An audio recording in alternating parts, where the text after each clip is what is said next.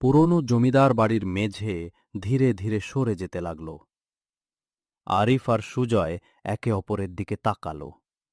দুজনের বুকের ধুকপুকানি বেড়ে গেছে, কিন্তু এখন আর পিছু হটার উপায় নেই।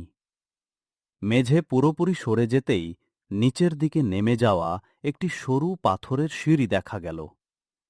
নিচে শুধু অন্ধকার, আর ঠান্ডা বাতাসের সঙ্গে ভেসে আসছে স্যাঁত স্যাঁতে গন্ধ। আরিফ, আমাদের কি সত্যিই নিচে নামা উচিত? যে রহস্যের দরজা খুলেছে তার উত্তরও এখানেই লুকিয়ে আছে। দুজন টর্চ জ্বালিয়ে ধীরে ধীরে সিঁড়ি বেয়ে নিচে নামতে লাগল। প্রতিটি পদক্ষেপে প্রতিধ্বনি পুরো সুড়ঙ্গে ছড়িয়ে পড়ছিল। কিছু দূর এগিয়ে হঠাৎ আরিফ থেমে গেল। মাটিতে অদ্ভুত কিছু দাগ। সে হাঁটু গেড়ে ভালো করে দেখল। এগুলো দেখ। কি হয়েছে? এগুলো খুব পুরনো পায়ের ছাপ নয়, মনে হচ্ছে কয়েকদিনের মধ্যেই কেউ এখানে এসেছিল। সুজয়ের মুখ ফ্যাকাশে হয়ে গেল। মানে, আমরা একা নই? আরিফ কোনো উত্তর দিল না। সে শুধু সামনে এগিয়ে চলল। কিছু দূর যেতেই তারা একটি বিশাল গোলাকার কক্ষে পৌঁছাল। ঘরের চারপাশে পাথরের স্তম্ভ, মাঝখানে একটি পাথরের বেদি। বেদির ওপর একটি ধাতব ফলক।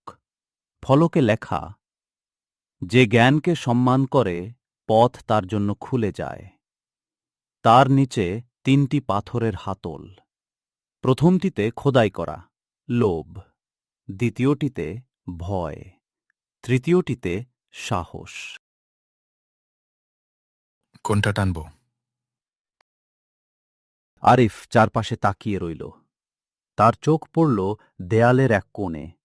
সেখানে ধুলো জমে থাকলেও একটি বাক্য স্পষ্ট দেখা যাচ্ছে, ভয় মানুষকে থামায়, লোভ মানুষকে ধ্বংস করে। আরিফ মৃদু হেসে বলল, উত্তর পেয়ে গেছি। সে ধীরে ধীরে সাহস লেখা হাতলটি টেনে ধরল। মুহূর্তের মধ্যেই সামনের পাথরের দেয়াল সরে যেতে লাগল। একটি নতুন পথ খুলে গেল। দুজন সেই পথে এগিয়ে গেল। হঠাৎ সুজয়ের টর্চের আলো নিভে গেল।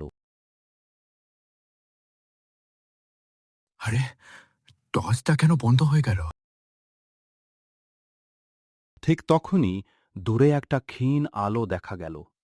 মনে হচ্ছিল কেউ একজন হাতে লণ্ঠন নিয়ে হাঁটছে। ওটা কে? আরিফ দ্রুত নিজের টর্চের আলো ফেলল, কিন্তু আলোটি মিলিয়ে গেল। চারপাশ আবার অন্ধকার। দুজন কয়েক সেকেন্ড নিশ্চুপ দাঁড়িয়ে রইল।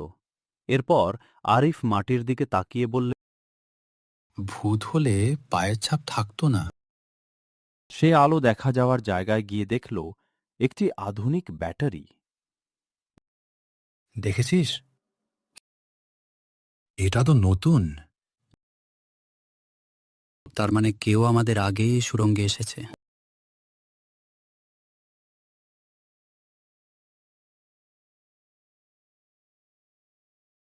তারা আরও সামনে এগোতেই একটি সরু সেতু চোখে পড়ল।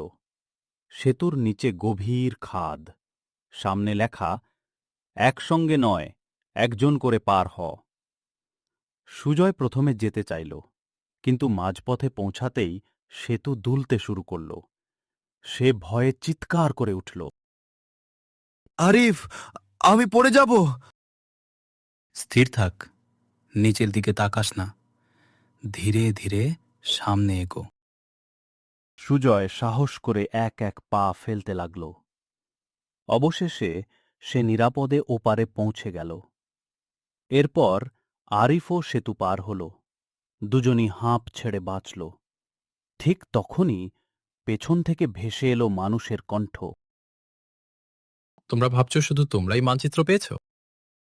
আরিফ আর সুজয় দ্রুত ঘুরে দাঁড়াল। টর্চের আলো ফেলতেই দেখা গেল কালো পোশাক পরা ৩ জন মুখোশধারী লোক। তাদের একজনের হাতে ঠিক আরিফের মানচিত্রের মতো আরেকটি পুরনো কাগজ। লোকটি ধীরে ধীরে হেসে বলল, অনেক বছর ধরে আমরা এই গুপ্তধনের খোঁজ করছি। তোমরা কারা? লোকটি উত্তর দিল না। সে শুধু বলল, গুপ্তধন আমাদের, আর তোমরা আমাদের পথ দেখানোর জন্যই এখানে এসেছ। মুহূর্তের মধ্যে সুড়ঙ্গের দরজা বন্ধ হয়ে গেল। চারদিক অন্ধকার। আরিফ বুঝতে পারল, এখন থেকে শুধু গুপ্তধনের রহস্য নয়, নিজেদের জীবন বাঁচানোর লড়াইও শুরু হয়েছে।